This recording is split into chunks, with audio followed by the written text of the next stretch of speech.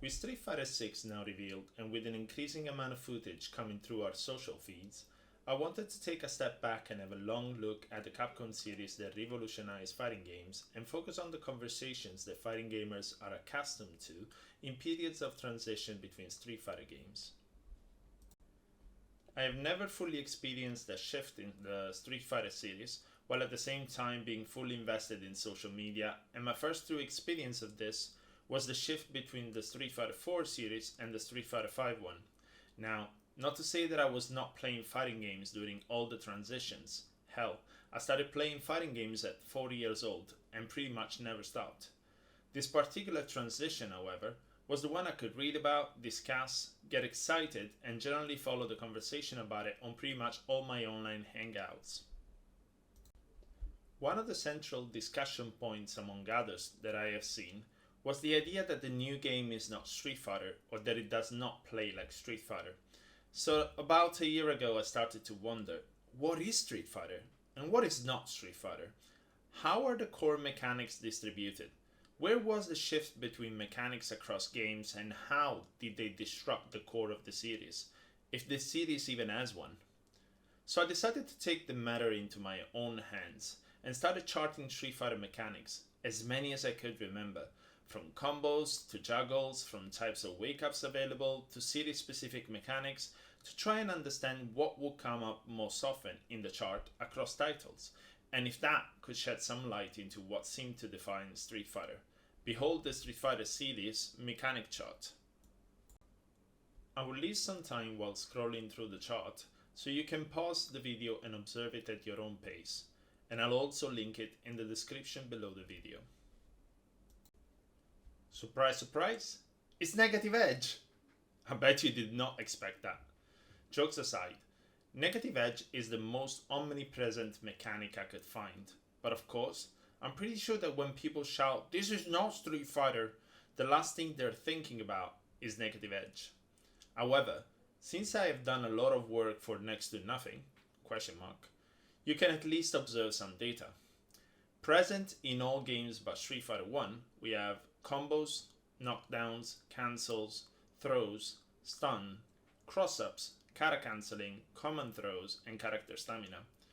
Right after following with the presence in 21 games is a priority systems among moves and then juggles, supers, the ability to soften or tech throws, and taunts.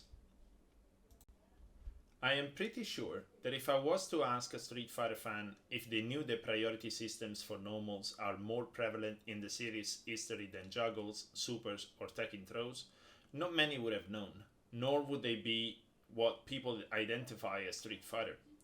Regardless, when people argue that the new game is not Street Fighter, what would they likely be meaning? If we were to take Street Fighter 2 as a benchmark to compare other titles to, the Street Fighter 2 series set up a game mostly based on safe poking, with either whiff punishing with your own pokes or wild reads with relatively safe reversals, the classic light DP to try and stuff a poke.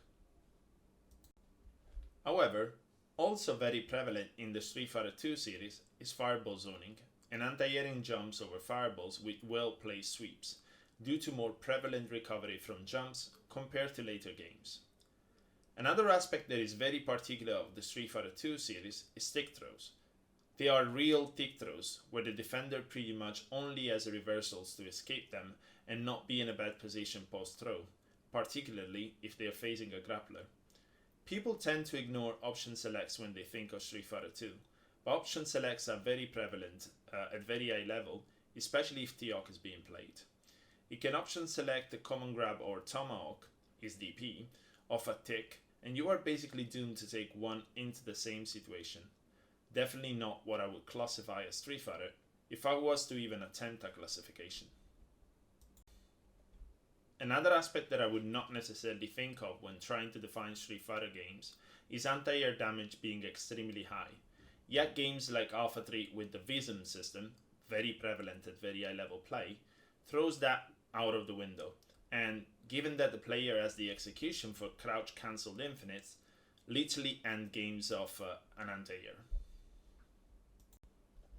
Somebody will say, well, at least in the Street Fighter games, anti-airs are absolute, and if you are in the air and the opponent anti-air connects, you will get hit, right? Well, meet the Street Fighter 3 series, where parries throw this out of the window, and on top of that, also change the way you play neutral and approach poking. For many, Street Fighter 3 The Third Strike is also the best game in the series, which would probably deny most of the aspects that define Street Fighter 2, including inescapable cheat kills. Moving on to the Street Fighter 4 series, we lose the idea that you are only rewarded in the series by winning. Up until Street Fighter 4, in fact, someone getting double perfected would gain next to no meter, and since there were no direct combat mechanics, would gain no reward whatsoever. In the Street Fighter 4 series, however, the loser being perfected along the way earns about one section of super meter, as well as a full ultra, a reward just to get beaten up badly.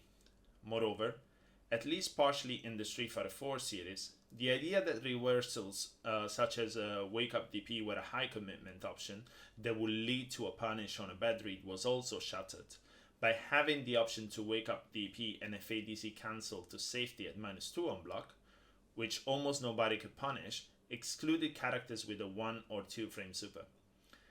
This stays also true in the Street Fighter 5 series with the addition of V-trigger system and the ability to cancel into hit, rendering some moves that would be punishable actually plus at the cost of a meter.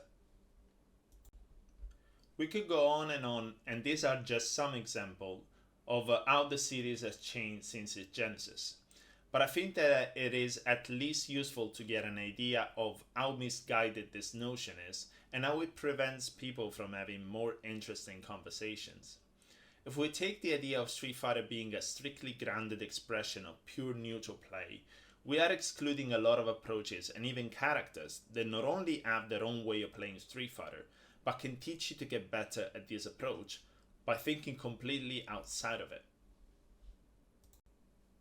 This is material for another video essay that I will make at some point soon, but to give you an idea, fighting El Fuerte in Street Fighter 4 taught me the value of vertical close normals to deal with this run 50-50s. Fighting Viper with their air game pushed me to improve both the use of focus to deal with the burn kicks, as well as how to best place my air-to-airs to stuff her out of the airborne space.